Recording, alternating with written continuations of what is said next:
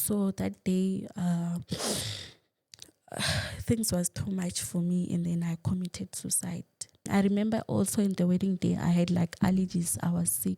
Like they are taking decisions for us. If the guy maybe try to buy me something, it's a problem. I was really stressed, and it complicated like the pregnancy.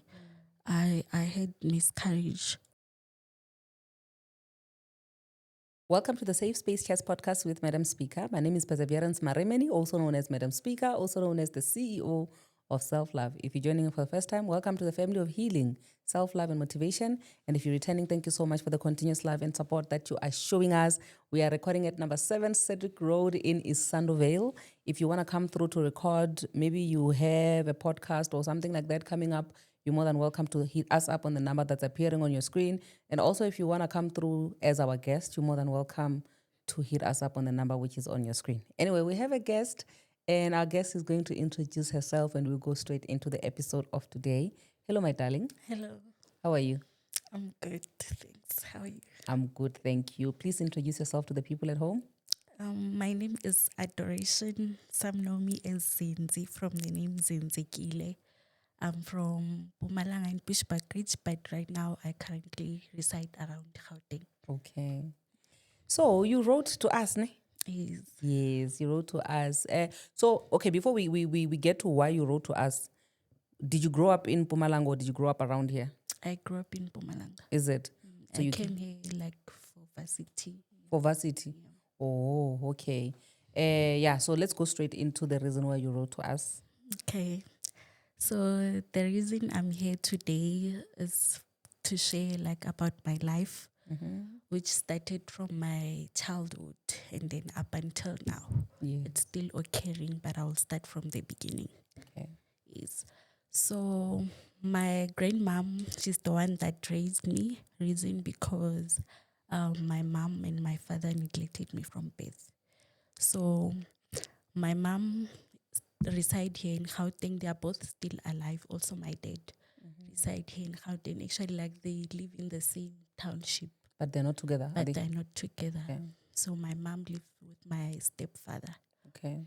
So on my mom, like we're 3 girls. There is a firstborn and I'm the middle one. Okay. And yeah, the younger lady. But they decided to exclude me from the family. I don't know why. So the other 2 kids, they were raised by your mom. My sister was raised by my grandmom, but the relationship with my mom is fine. Oh, okay. But now she stays with her. It's been like 5 years since they're staying And together. then your brother? My little sister stays with my mom as well. Okay. Wait, you said you are 3 girls? Okay. So you are the only one that never stayed with your mom or have a relationship with your mom? No, And the grandmother that raised you, is it from your mom's side or your dad's side? it's from my mom's side. I don't know my father's side. Okay. Yeah. So I heard that from when I was 2 months, my mom sent me back in Mpumalanga. Yeah, by a train, and she was not even there because I was still like a little baby. At least she could have just like traveled with me and leave me on my granny. But she sent someone like with this long distance for me to be there. So from there, she never cared like what's happening, what I eat. My grandmom had to make means on how to raise me up. So, okay, moving forward, my mom used to visit like sometime, maybe once a year at home or 2 times a year.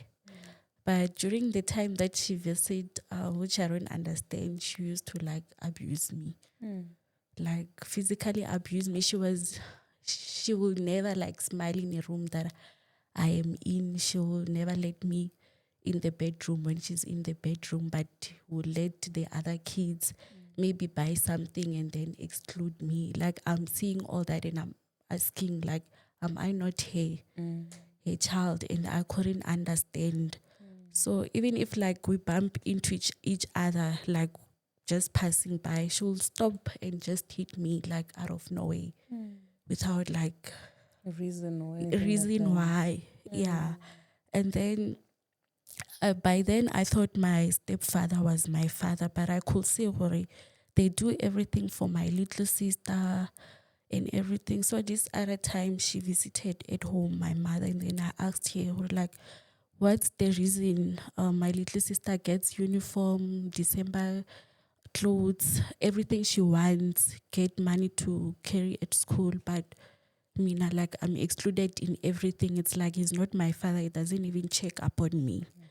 And I think if a child asks something like that, you're supposed to sit down with her like nicely and explain that this is happening. But she was defensive and she said it in a bad manner and was like, your father wanted me to abort you from birth. Actually, he even gave me money to abort you. So I didn't. I did you a favor by not By keeping you. yeah, by keeping you. So and from that day I cried. I didn't even know what to do. I even wanted to kill myself. I was in grade 9. In the same year I tried committing suicide like 2 times because it was too tough. Like, I won't go in details what she used to do to me because I feel like I will cry, and I'm trying not to break down. So, but it was bad to a point that sometimes I'll even think of going to social workers, but I was like, they will never hear or understand because I'm a child. Obviously, they will take adult side. the adult side. So from there, I used to do like pageant modeling so that I can get money to carry at school and buy myself clothes. And because my grandmom was raising me with like grant money, yeah, and all that. So the other thing is like my grandmom, sometimes I just feel like she raised me because she didn't have a choice, not because she wanted to. That's how I feel, because a simple mistake or something, she'll tell me how she did me a favor by raising me up, how like she would wipe my poops when I was a child. And I don't understand why you have to keep reminding me that I'm a neglected child if you are raising me up. So my father, of which Vele I never knew, he tried making means of contacting me when I was in grade 11. And then we spoke via phone, and then he apologized and he was like, I want to come to where you are, to your family, bring money if I have to bring money, and apologize for everything. I want to take care of you. And my mom, when she heard that, she made sure that the day they were supposed to come together at home, she's nowhere to be found. And then later on, sent a message like, stay away from wanting to reconnect with me because you were never there, and you will ruin my relationship with the current man that I have. So I don't understand, because she's not supporting me. My stepfather is not supporting me. Then why is it a problem if my father wants to come back and fix things? So he was unable to come, but every month he would like send something for me to be able to carry on and all that. So, okay, and then when I was doing matric, I moved out from home because Vela knew that I wouldn't pass like with how I was treated. Actually, like my grandfather as well didn't like me. So at home it was my grandfather and my grandmom and my uncle and me, as well as my uncle. Like anytime that he gets, because they saw this thing from my mom doing it to me, so they thought like maybe it's normal. I'm used to being abused and everything. So my grandfather and my uncle as well, like, will do like unnecessary thing, hit me if they want to, like shout at me if they want to. And I feel like my grandmom didn't have like power over that, because I don't want to bring it up, but my grandfather like was never good to my grandmom. Like their marriage, they are just staying together, but the marriage has been dead long time ago. So I remember even this time I was still a child, my grandfather took a panga and hit my grandmom. So all those things being abused from my mom, my grandfather doing all those to my grandmom, like it was affecting me and I was not realizing it. Yeah. So when I was in grade 12, I was renting. After I rented and then I passed my matric, I was accepted like at University of Johannesburg. So I had to come this side and I had to be in a place where I will arrive at. So I had no choice than to arrive at my Mom. mom's. Yeah, when I arrived there, she was not welcoming, and then I had to go back, and I was like, let me go back and repeat matric, since financially everything is not well. And then I went home. On my way to home, she called my grandfather and be like, when Zenze arrives, just chase her. She will see where she will live. So I arrived at home and then I took my things from there. I've been like staying at people's homes and then I repeated matric while I'm staying in people's. And it was not easy because people take advantage knowing that your own family rejected you, doesn't love you as well. Why should they care about you? So it has been like that because I remember like during my high school days, sometimes I'll even run away from home because I'm scared of my mom and everything. This other day, I was still in high school. There was no one at home. It was only me, my mom, and my little sister. My little sister was still very young. So I was not feeling well. I remember I was dizzy and then I went to hide in my grandmom's room. And then she came, she like, why are you not doing anything? Why are you not cleaning? And I was like, I'm not feeling well. And I know that you don't want me to be on our room or on your room. And then she chased me out. And I remember there was a deep hole, like those who grew up in village, they know that the toilets we build outside. Yeah. So, and then she bring me closer to that hole and then she started strangle me. And then she strangled me like I got suffocated. I couldn't breathe. Like I was nearly like dying. And she was like, die and then I will bury you in this hole right now. Like I was like almost like I could have died and then someone came and stopped her. So it has not been easy like growing up. And then when I came to UJ, everything started to unfold, like having to balance studies and everything, and then the childhood traumas started like to begin.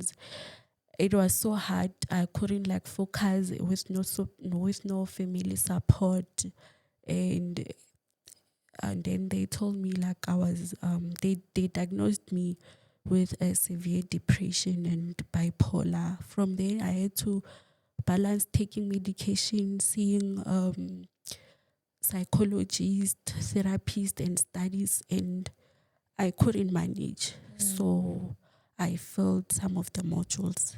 And then the following year, I repeated, but I was still going through like the psychology. Still, it was not easy because sometimes I could study, but I feel like nothing was coming in because I'm every day I'm remembering that this and this. My father, the time he contacted me, he even stopped as well, like out of the blue.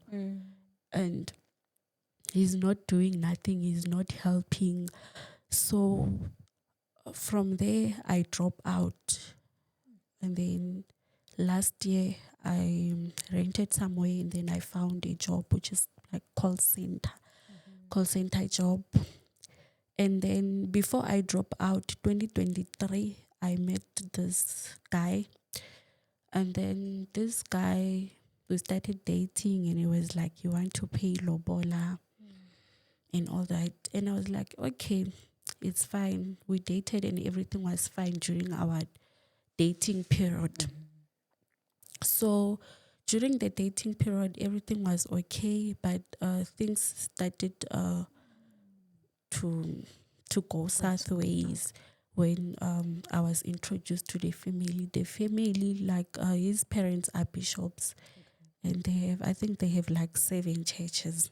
So I don't understand, like, and I don't know how to explain it. I don't mean to bad mouth, but from there, like, the mother took control of the relationship. We were no longer doing things ourselves. She will control us and take advantage of my situation that I don't have family support in everything.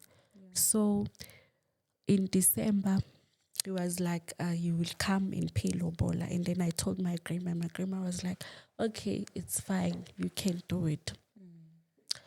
Okay, Mugai, we were talking with him, and our agreement was that if ever he engaged me, he should engage me maybe in a private place or in a restaurant, and then we'll let our family know.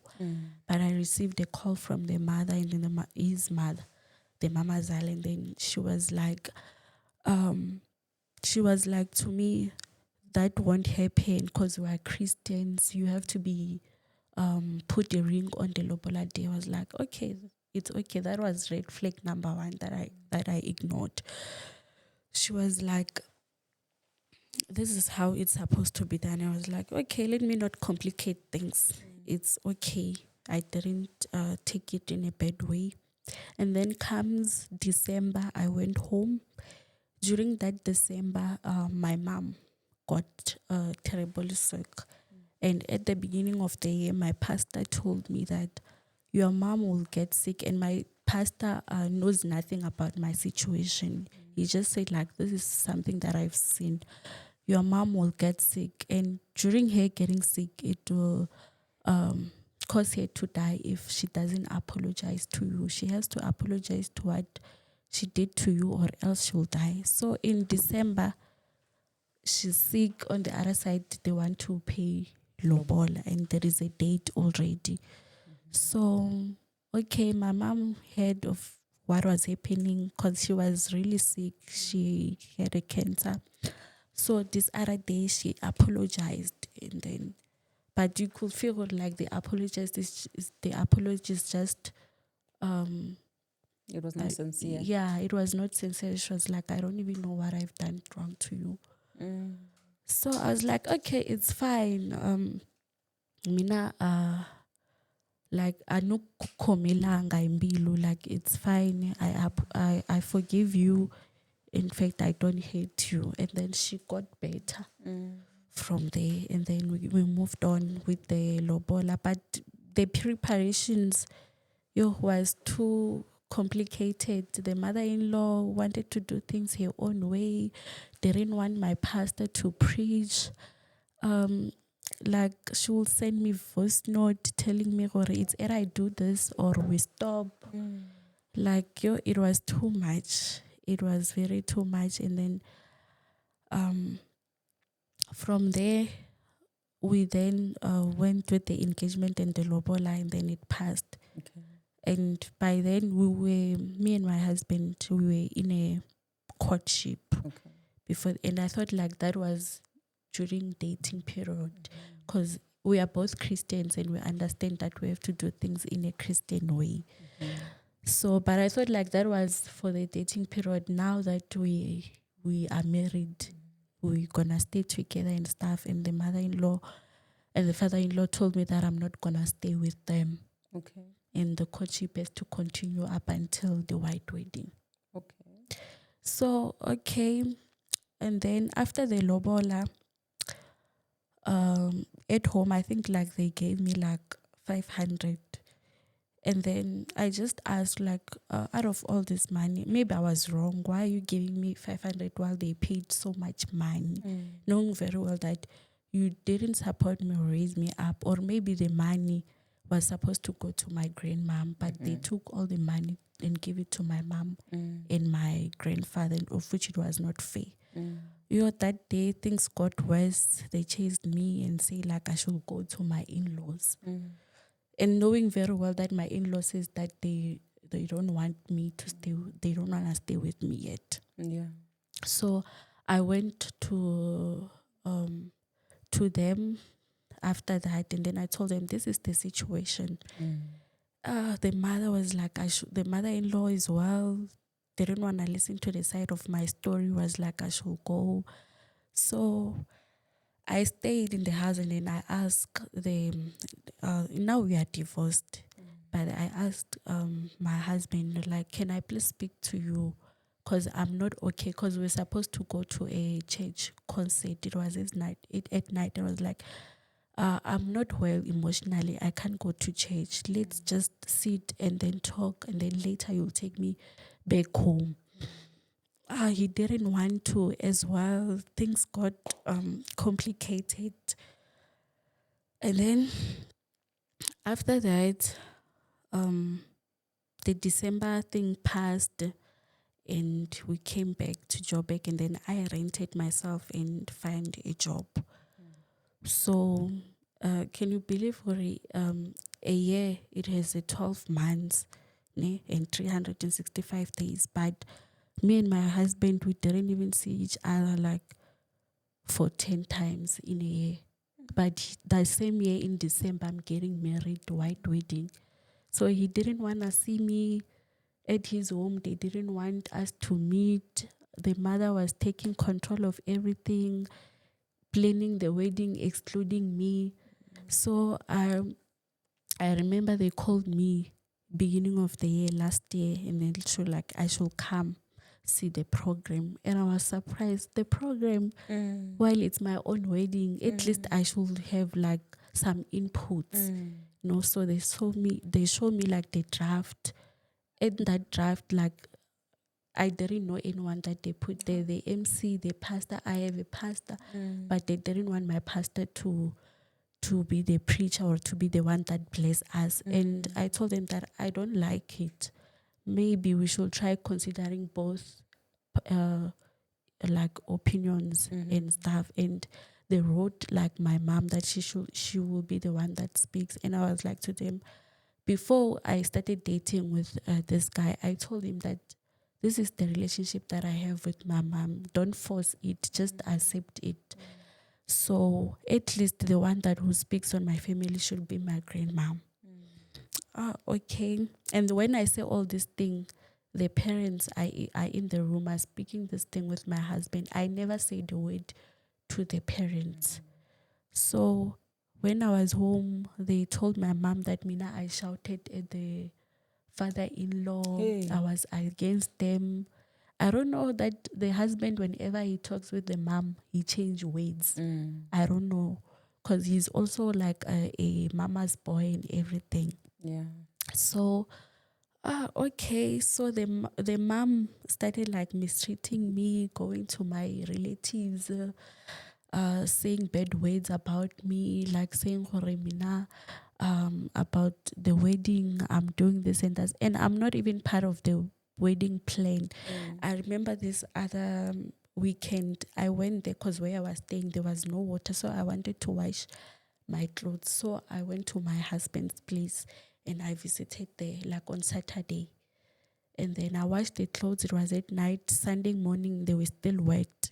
And the mother-in-law called me like, you are supposed to go now because the church is in the same yard with their house, but there is a fence. There is a stop nonsense. So it's like, you're supposed to go because the people will see you. Mind you, I'm engaged. They paid Lobola. Now they are chasing me away because the people will know, but they know about me. And then I had to respect that. I had to take like my wet clothes and go with them. Mind you, I could have stayed maybe in a room up until the church is out, but it was not that case. She told me that the reason we're rushing the wedding is because we want our son to get a position at church, the bishop position. So in my mind, I was like, all along I'm being used. So even the guy, when he even proposed to you, did he even love you? Or he just wanted a wife to decorate him for the bishop position? That's what now I'm asking myself, that did he ever love me or he was pretending? And by then, I think the reason you got in a relationship with me is because I was at UJ. Thought like, okay, This one is perfect. She goes to church. Sometimes she preach. Obviously, they will like her at home. And I was doing podiatric medicine. So they were sure, I'm going to be a doctor afterwards. Everything is going to be fine with this one. But after I dropped out, started mistreatment, things changed. They no longer loves me in that. So I'm surprised that, okay, they are rushing the wedding because they want him to get a position at church. Isn't someone getting a position of being a bishop or a pastor because they have a calling? Yes. They can preach. The guy, I stayed with him. He can't even pray loud. He doesn't even have a Bible himself. He can't even preach. Mara, they are giving him a position just because they are bishop. So he's the son. It doesn't work like that. Yeah. So I like, oh, okay, it's fine. That was another red flag. During the year, I was forcing to meet up with the guy. He didn't want to meet up with me. We only met when we were going to buy rings. Okay. We met when we were going to buy rings. And then with the mother, the mistreatment, it was too much, to a point that this other day, he sent a voice note to my mom. So from there, I went to stay with my mom because I couldn't keep up with the rent. Okay. So I stayed with her. And mind you, after the engagement or the Lobola, I thought like my mom with my relationship will be better because she was sick and she apologized. So I'm trying to build a relationship with her. So this day, I came back from work and then they sat me down, the stepfather. The stepfather shouted at me, mind you, the stepfather never asked me, how am I doing? Is everything okay? He's never been present in my life. Nothing at all. But that day he had a power to be like, the mother-in-law is saying this and this. They're trusting his side of the story. Things that I've never done. The mother-in-law will say that I talk bad to her son. So I don't know. The son, when he's with the mom, he talks bad about me. I don't know what pushed the mother-in-law to treat me to that extent. So my mother is just sitting there. She's saying nothing. She's not even supportive or stopping the stepfather. So that day, things was too much for me, and then I committed suicide. You attempted to commit suicide? Yeah, I attempted suicide, and that was November. In December, I'm getting married. So, okay, when I attempted suicide, I slept that night, and the following day, I slept. I couldn't feel anything. I don't know, maybe probably I even died or what, but they never even bothered to come and ask or to check up on me why I didn't go to work. Is she okay? What's happening? The whole day I was asleep and I couldn't feel like anything up until around 4 p.m. I woke up, and when I woke up, I couldn't move. Like my legs froze and my hands froze. But I was able to say something. So I called my little sister many times, and then when she came, I told her I took pills. And that's when she called my mom. When she called my mom saw that my situation is critical. She just gave me milk. And she could see I'm unable to swallow the milk. She didn't even call an ambulance or take me to hospital. It was just like that. She left me like that the whole night. Again, after the whole day, I've been asleep and they are not even checking up on me. What if the pills damaged or did something? Okay, a night passed again. I'm still in the bed. The following day, then I could wake up. And then when I wake up, I went to the toilet. And when I went to the toilet, I collapsed. That's when they saw that this is serious. And then they call an ambulance. So they call an ambulance. I stayed in the hospital for 2 weeks. And after that 2 weeks, I'm getting married. Guess what? The husband nor the family never even bothered to come check up on me. not even like through a phone call to check up on me at all. So there is this guy that I'm used to, and then I would ask him that I don't even have clothes. I'm allergic to many things. So at least the guy was helping by that time and then bringing me things. Yeah, now he wanted me, but I didn't get in a relationship with him. So he will do anything for me. So I'm asking myself that if that guy wasn't there, what was going to happen to me? The whole 2 weeks, my family as well was not even coming to the hospital. The husband side was not even coming to check up on me. Or do I have clothes to change? It's been 2 weeks. Nothing at all. Yeah, now all he cared about was the wedding. When I asked why you're not even coming to check me, he was like, I'm preparing the wedding. That's all what he cared about. Okay, 2 weeks passed, and then after I came out of the hospital, I told my family, I was like, I've been pretending all along. I even went to the hospital. Reason I attempted suicide is because of the mother-in-law. They are not even apologizing. The guy is not even apologizing. They're just justifying themselves. Nothing is changing. So I'm calling off the wedding. And my family was like, you can't do that. They will want their Lobola money back. Blah, blah, blah, blah. And I was like, okay, let me just go ahead with the wedding. Maybe after the wedding, things will be better. They will treat me better. Little did I know that, I'm just paving my way to hell. Things got worse. We never meet. I never knew the pastor who gonna bless us or a premarital counseling or meeting up. This is what gonna happen or the wedding step. No, we never done nothing. We just met, me from being at the hospital. Nothing. We just met at the wedding day, like that. Did they get you like a wedding gown and all that stuff? No, I did that by myself. Okay. So the wedding gown, it's my sister that helped me with it. Yeah, but the other things I had to do it myself. I've been saving the time I was at work. Yeah, and that money that I was saving, I told myself that I'll use it for school this year. But since I'm getting married and no one is helping me, I'll take the money and use it. Probably what's this?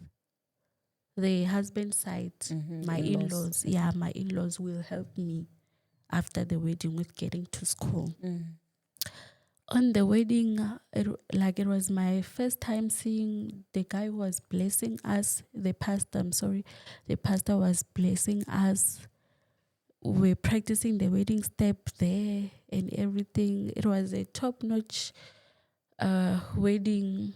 Everything, even the wedding venue was more than 30K.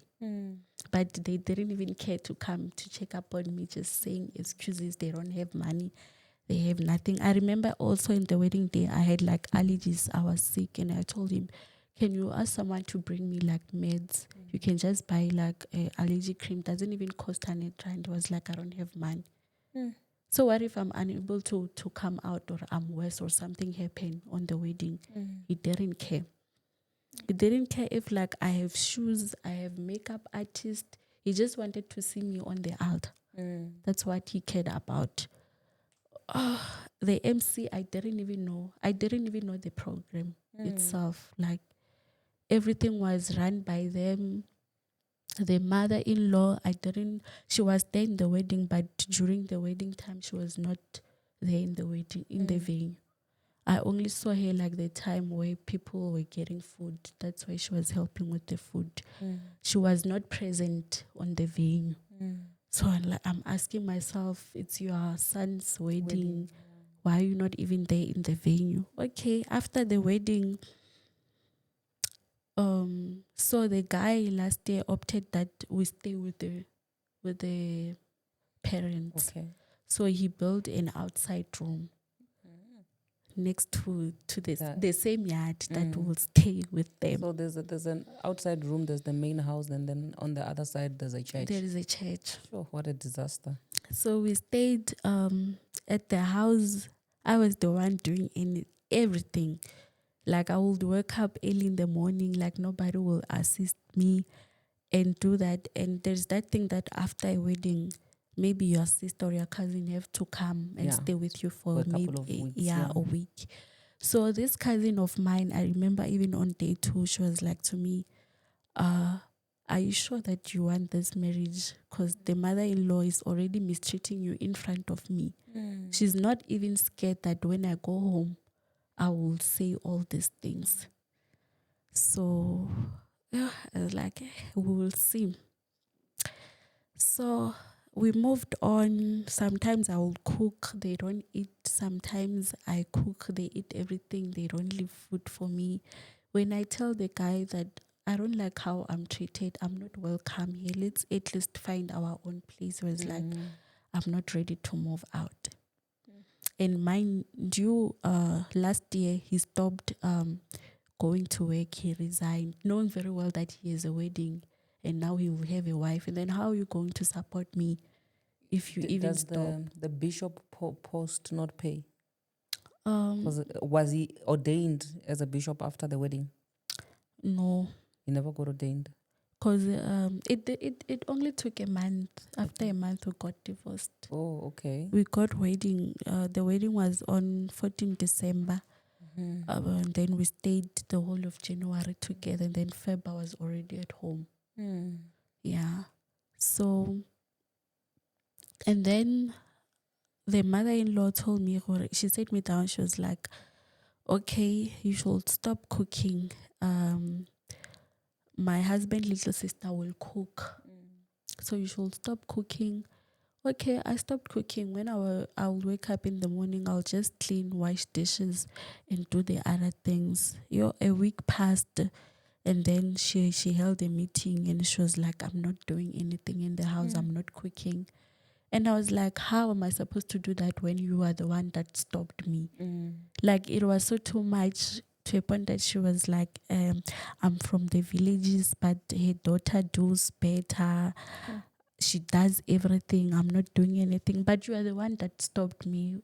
Were you testing me? I don't know. Were you putting me into test? The husband is saying nothing. He's quiet.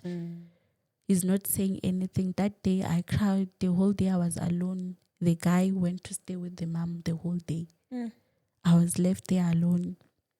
Okay, then I was... Did this guy even love you, Mar?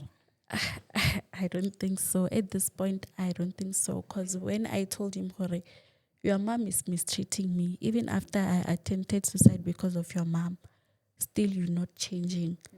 Like they are taking decisions for us. If the guy maybe try to buy me something, it's a problem. The mom used the same card with the son. But now he's married, it's not going to be fair at all. It's not going to be fair because if I want something, it's a problem to the mother-in-law. Yeah. It's a problem. Like she never sat down with me, nothing. Like she never had like conversation with me, like welcoming me or something, nothing at all. So, okay. And then last year I applied at UNISA and I was like, since now I'm married, it won't be fair for the guy for me to go and stay in campus while we're married. So you guys, you proper married and went to Home Affairs and signed? We signed on the wedding day. Oh, okay. We So signed. it was one of those pastors that can actually... We signed on the wedding day. Mm. So, okay, they came because I registered for teaching and I didn't know that the Funza Bazar pays late. So I had to pay my own registration fee. And then I told them that there's this, I have to pay registration fee and it's closing by month end of Feb. Okay, the guy was like, okay, I'll talk to my parents. Again, I stopped working. They do everything for him. So there's no reason for Is he him. an only child? He's the firstborn.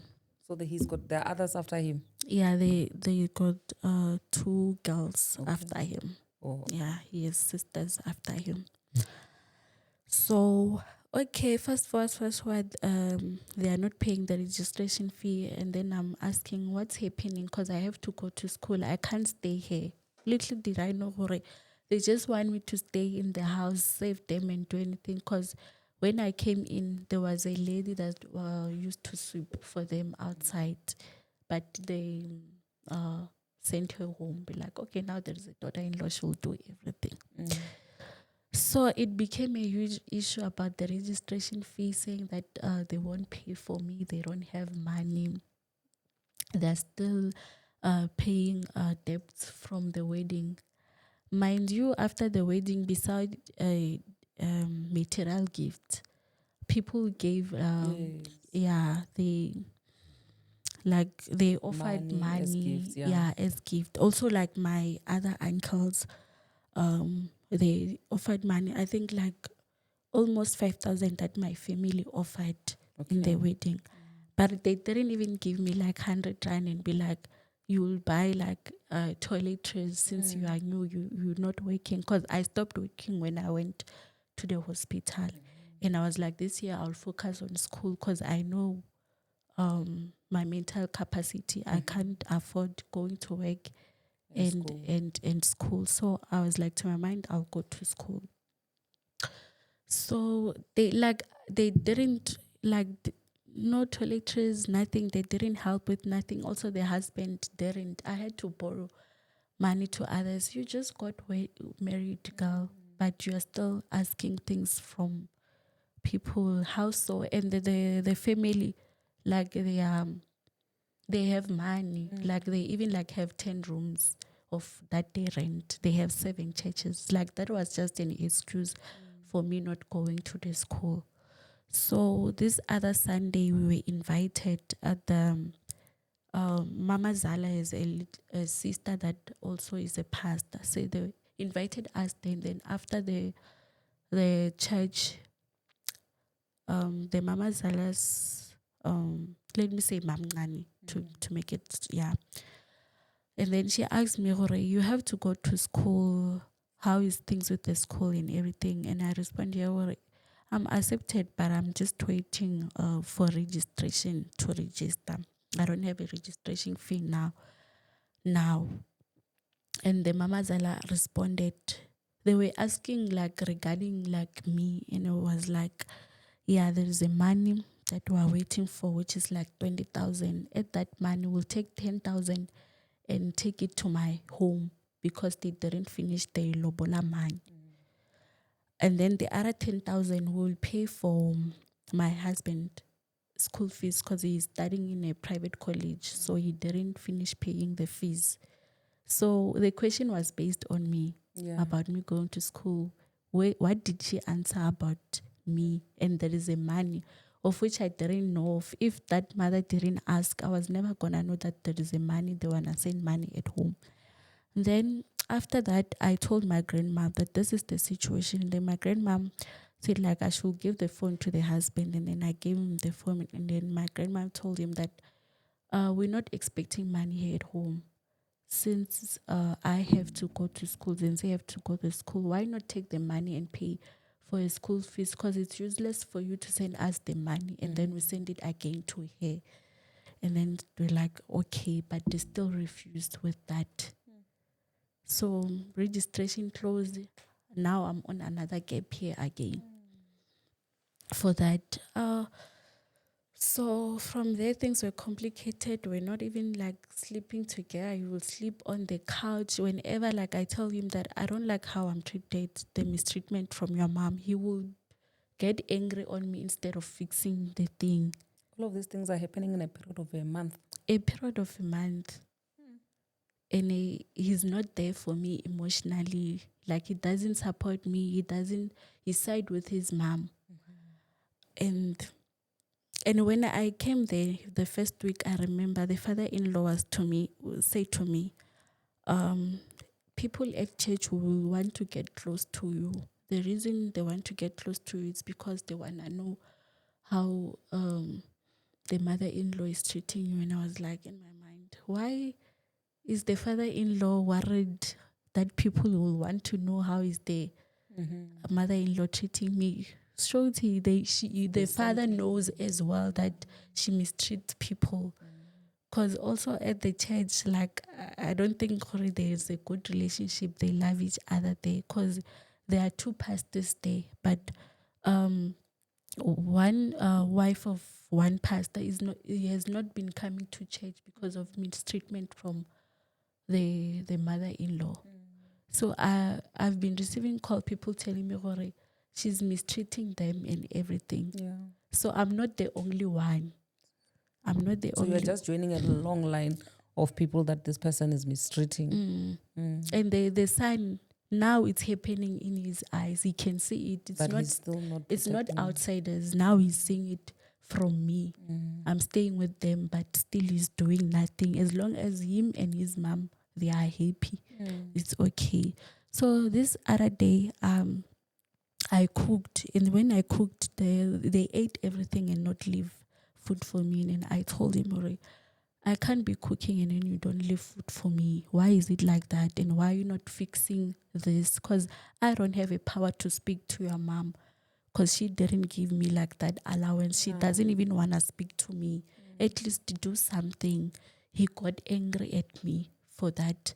And then I packed my clothes and I was like to her, tomorrow morning, there is a sibling of my grandmom. She stays in Pretoria. And I was like, tomorrow morning, since it's late, I'll go to her. It's been weeks. You're not speaking to me. You're sleeping on the couch. You don't care. So at least I need fresh air. Maybe afterwards we can fix things.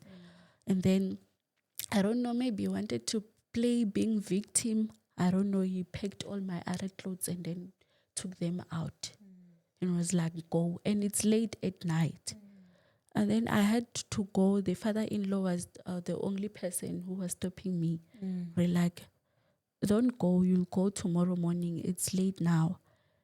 And the mother-in-law and the son, they are together in the house. It was my first time seeing the mother just like, she even took maybe a blanket and sleep in the veranda. Hore, she was happy that day. She was happy just laying down there. It was even my first time seeing her laying there outside in the. Hore, you are seeing me, I'm leaving. Why you as a mother-in-law, you're not taking control of that and fixing things? She didn't care, and then I had to go. So I went to my friend that night, because going to Pretoria requesting at night, it was too expensive. My friend stayed where I was renting. So yeah, I went to my friend. That was beginning of Feb. Mind you, that beginning of Feb, I was already pregnant. I didn't know that I'm pregnant. So the whole month of Feb, I went to stay like at Pretoria with that other granny. He didn't even check upon me. Nothing. The family didn't even request a meeting. It was only my family that forced that there should be a meeting, so we fixed this thing. And I didn't even check up on me, not to text, how are you? Nothing at all. Yeah. I don't know what was happening like in his mind. And I tried texting him, initiating conversation, and was like, I don't want to talk to you. I don't want to talk to you. So, okay, come beginning of March, and then there was a meeting. On that meeting, you may even be surprised, it was 3 against 1. Father-in-law, mother-in-law, and him.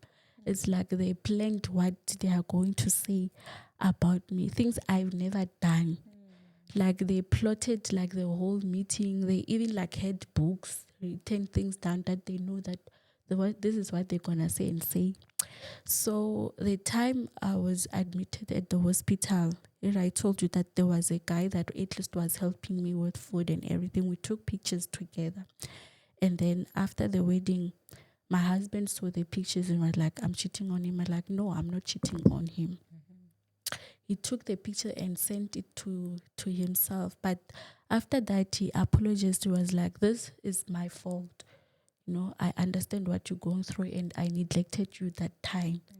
So it's fine. Let's just let it go. And it was okay. But on that meeting, he took that photo and showed my whole family. And it was like, I'm cheating. That's the reason things are like this. So did you notify them in that meeting that you were pregnant, or did they know? I didn't know by then still that I'm Okay. pregnant. So they swiped everything, they twisted everything, because I spoke the side of my story that this is what is happening. I'm being mistreated, this and this and this. And my family as well knows that, because the mother, you will send text and voice to my relatives speaking in a bad manner. Just that, like, my family said, like, they won't respond because they don't want to ruin my things. So on the meeting, it was me saying the side of my story, and then being three of them being against me, and they are not mentioning anything to what I said. They're just talking about that I cheated, and of which, like, that's a lie. Okay, so then now if they're accusing you of these things, what is the conclusion of the meeting? So the conclusion of the meeting, then my family then asked, Hori, what's the conclusion? You could say Hori is bluffing around. This guy doesn't want me anymore. He doesn't care.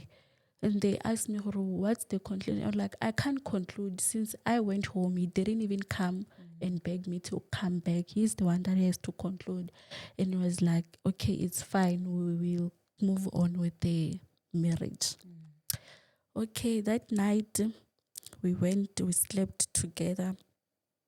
I didn't speak, nothing. He was quiet. I thought, like, maybe afterwards we will talk and have, like, now it's, Reconcile. it's between, like, us without the family, and maybe forgive each other and see way forward. He didn't. And then the following day in the morning, he just went to stay with his mom on the other house, and I'm alone. And I was like, this is not working out. And then they called me. The mother-in-law told me that our son doesn't trust you anymore. You guys should go do blood test. He doesn't trust you anymore. You should go do blood test because you cheated on him. What. The son is not saying anything. He's just there quiet. And the mother and then conclude and be like, we're not gonna do those things, the blood test and everything. This is just not working out for both of you. Who was supposed to say that? The guy. Yes. It's the guy that's supposed to say all those things. And I was like, the mother-in-law was like, you guys should take break, what. And I was like to them, if it's like this means that he doesn't trust me anymore and he doesn't love me. Why is not even speaking for himself? He's not even want to fix things after the meeting. So this thing will probably carry on and get worse. So I was like, okay, it's fine. Let's just get divorced. And then be like, okay, we will send you home to where your mom stays. And after that, I called my grandma and was like to my grandmom, can I please just come back to Mpumalanga and stay with you guys? Because you know very well that in my mother's side, in my mom, I'm not welcome. My stepfather even said before the wedding that I shouldn't come back. I'm not welcome there. My stepfather didn't even come to my wedding. So why should I force going there? At least let me come to Mpumalanga. And my grandmom refused as well, knowing very well how is the situation. Now I was forced to go and stay with my mom. Okay, the following day, I packed my things. While I'm packing my things, I see a pregnancy test. And we're like, oh, I haven't seen my period the whole of Feb. Let me just test. And this is the same day I'm supposed to go. I took the test and I found out that I'm pregnant. I called the husband and told him this, I'm pregnant. And was like, he doesn't believe that is it's his. And I was like, how? Because all along we're in courtship. After the wedding, I was never allowed to go outside. I never went anywhere. You know that everywhere. Like he didn't even take me out just for drinks, or a honeymoon, nothing. I was just staying there, being a slave, doing all what they want. So why would you say that this is not your baby? And the Feb, when he was like, on Feb, you were not here at home. You went to your home. What if you slept with someone there? And I was like, how? Because the guy you were accusing me of cheating with, after that day, I blocked him. I was like, no, I don't want my marriage to be ruined. I'm no longer speaking with the guy. And I even went 2 weeks on that Feb. I even went to Mpumalanga. How? Because the guy is staying here. And why will my family lie saying that I'm in the house knowing that I'm outside. When I was at home, not even to church, I didn't even go to church, nothing. I was always at home. Okay, he went to tell his parents. His parents are not saying anything. And then I go to the main house and ask them, like, since things are like this, what's the solution about this? And then the mother-in-law stood up, threatening to want to beat me.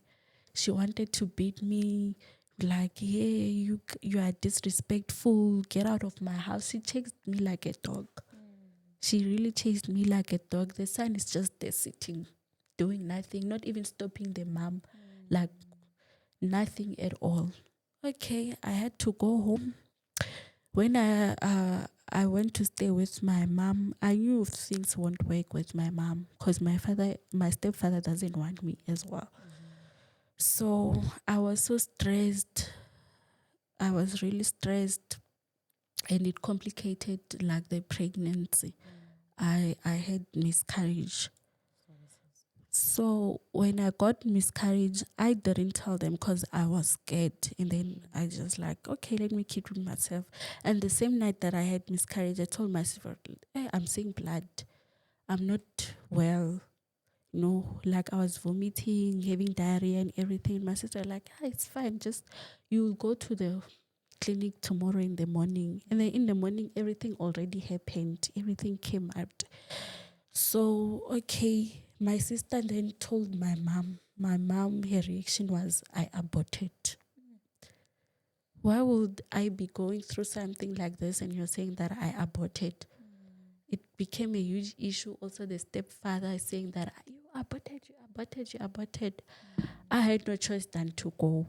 And when I go, I didn't had nowhere to go. I tried contacting my father. My father was like, he doesn't care. Sure.